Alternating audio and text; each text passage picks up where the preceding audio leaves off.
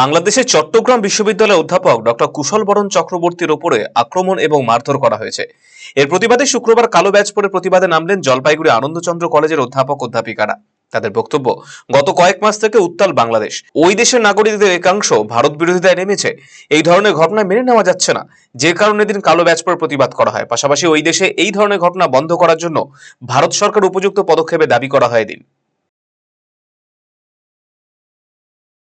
আপনারা সকলেই জানেন যে বিগত প্রায় 4 মাস ধরে বাংলাদেশ উত্তাল। যে আন্দোলন শুরু হয়েছিল সংরক্ষণের কারণ নিয়ে, পরবর্তীতে আমরা দেখলাম সেটা হাসিনা উৎখাতে পর্যবসিত হলো। হাসিনা চলে আসবার পরে সেটা হচ্ছে ভারত বিরোধী আন্দোলনের, এবং তার পরবর্তীতে প্রায় আজ 2 মাস ধরে দেখছি যে এটা তীব্রভাবে সংখ্যালঘুদের উপরে প্রতি আক্রমণ নেমে আসছে। কিছুদিন আগেই চিন্ময় কৃষ্ণ দাস বলে একজন সাধুর উপরে হলো, বিনা বিচারে তাকে এখন অবধি আটকে রেখেছে। এবং গতকাল চট্টগ্রাম বিশ্ববিদ্যালয়ের অধ্যাপক ডক্টর কুশল বরণ চক্রবর্তীর উপরে বেশ ওনাকে মারধর করেছে।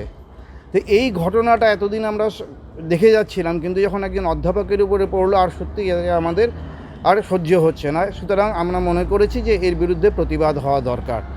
তাই আমরা আজকে, যেহেতু পরীক্ষা চলছে, সরব কিছু করা সম্ভব নয়, আমরা এই কালো ব্যাজ পড়ার মাধ্যমে এই প্রতিবাদটা জানাচ্ছি।